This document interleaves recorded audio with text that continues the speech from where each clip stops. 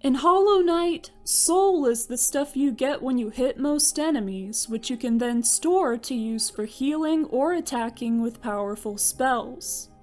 But in terms of the lore, what exactly is soul, and where does it come from? How are certain creatures able to manipulate it? I'll be discussing my theories in this video. For one thing, we know that higher beings, or at least some of them, have the natural ability to focus soul. We see the White Lady doing it in-game to produce her half of the King's soul, the other half acquired from the Pale King's corpse, and having both halves put together allows the charm to generate infinite soul for the bearer. The Pale King also placed the lore tablets in King's Pass, encouraging any higher beings reading them to focus their soul. Since the Knight is the offspring of two higher beings, it makes sense that they are able to collect and manipulate soul. The Pure Vessel, also these beings' offspring, appears to be able to do the same thing. As for what soul is and does, it's some sort of life force that animates the bodies of living creatures. It also exists in the air and can be collected from there. Examples of this are the soul totems created by the ancient civilization and the deep focus charm. Soul also has something to do with the dream realm, as the Knight can gain soul from striking creatures with the dream nail or by striking spirits with their physical nail. The seer even refers to the dream realm as a space between body and soul. Perhaps soul embodies or represents the connection between one's body and spirit while they're alive. It seems that whenever living creatures die or are attacked, the soul comes out of them and can either hang in the air or go into some kind of container. The Knight seems to directly attract the soul from beings they attack, and it is drawn into themselves. When creatures die, soul doesn't disappear, it just dissipates into the air. If the creature manifests as a spirit, specifically a warrior dream or dream boss, some soul remains with their spirit, which the Knight collects when fighting these enemies and striking them with their nail. Since a spirit is an animate being, although it no longer has a body, it does have some form, so it possesses soul. Soul is not always given off when the Knight attacks some enemies with their nail.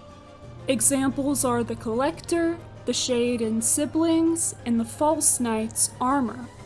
However, soul can be extracted from the Collector using the Dream Nail, and can be collected from all of these sources by the Weaverlings spawned by the Weaver Song charm if Grup Song is also equipped. Since the Weaverlings and the charm itself are made from enchanted silk created by the Weavers, it is implied that there is some kind of connection between silk and soul. Along with silk, soul appears to be a component of some seals, as those seals are seen giving off white particles when they are broken. When soul is manipulated into spells, whispering and even shouts can be heard, which are probably some remnants of the connection the soul had to the creature it once animated.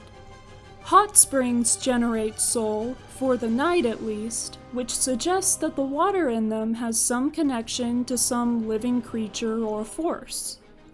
It's not clear exactly what that could be, though. Perhaps they collect soul from the air or creatures who have sat in their waters.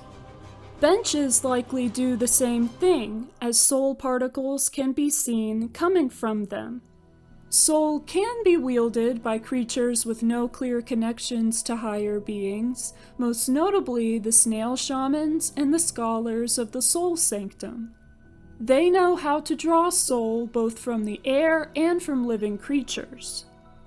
Living creatures seem to give the most of it at a time, though. The description for the Soul Eater charm, which came from the snail shamans, says that it was used to draw soul from still living creatures, and it does allow significantly more soul to be gathered than without it. We see the snail shaman and the ancestral mound gather soul hanging in the air into the vengeful spirit spell, and the dead snail and the overgrown mound seems to have done something similar to create the howling wraiths while she was still alive.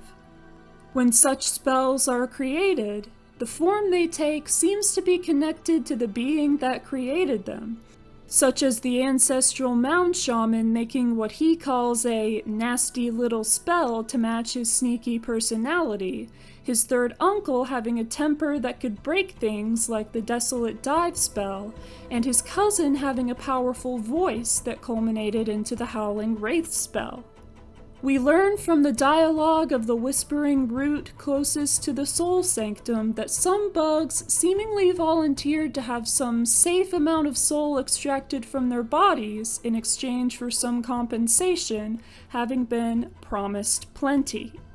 This soul was being used for experiments on resisting the infection, hence souls to serve, but eventually the scholars got greedy and/or infected and began to misuse the soul they'd collected, and the soul was twisted, as the whispering root says. It also seems that a single living creature's body can only hold so much soul in it, particularly soul that is not their own, before some kind of structural damage occurs, as can be seen with the mistakes and follies. Soul is a force of nature, after all, and tampering with nature unsustainably can have some pretty nasty consequences. So what do you think? What aspect of soul and its properties do you find most interesting? Is there anything about it that I didn't mention in this video? Let me know in the comments.